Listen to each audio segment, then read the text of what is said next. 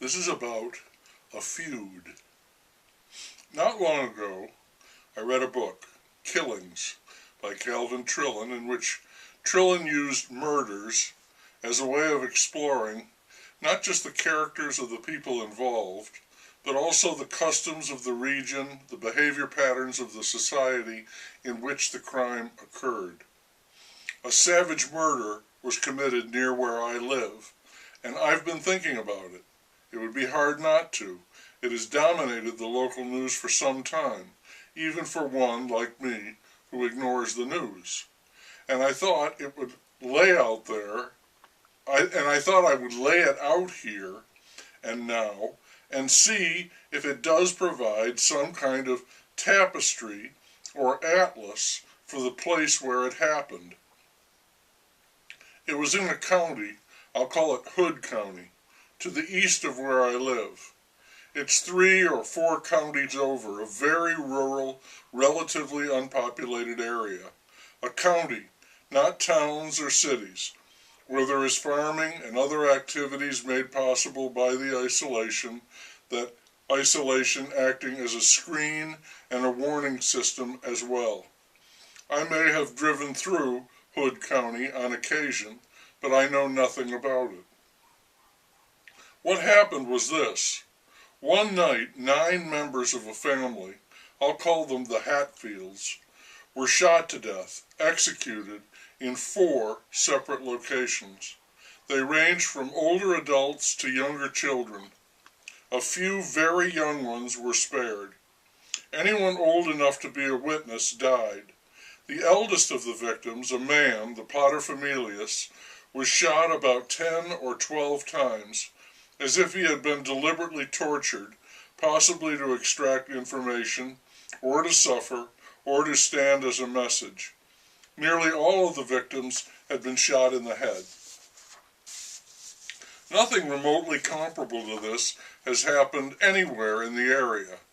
I came to an immediate conclusion, and hey, I watch enough television to know that this had to be the work of professional hitmen sent by a drug cartel boss.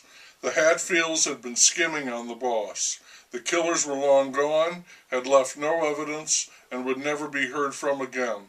Cold, cold case. The investigation was launched.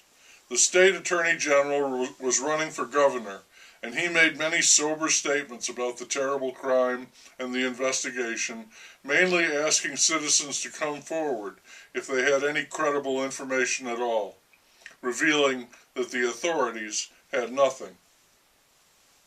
There were some odd facts. There were numerous guard dogs, but no barking.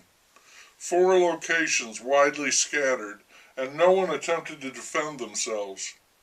News of the other activities came out. The Hatfields grew and sold marijuana.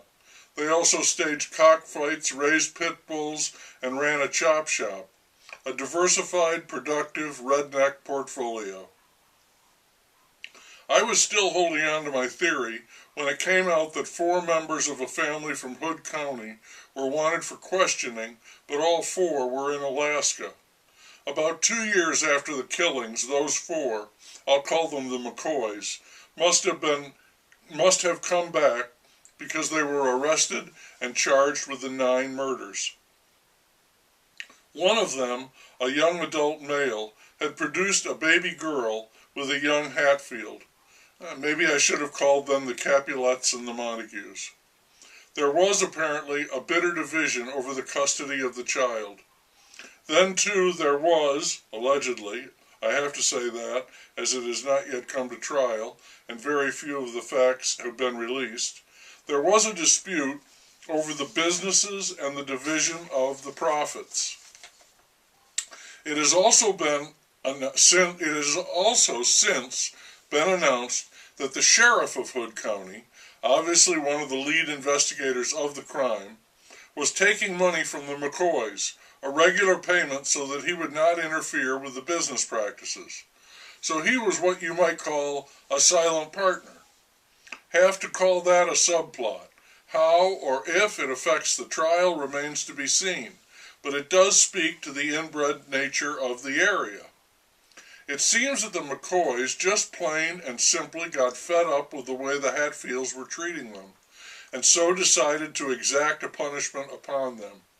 Maybe they had a satellite hookup and had been watching Breaking Bad or Games of Thrones, or maybe they got it out of the Bible, virtually wiping out the entire family.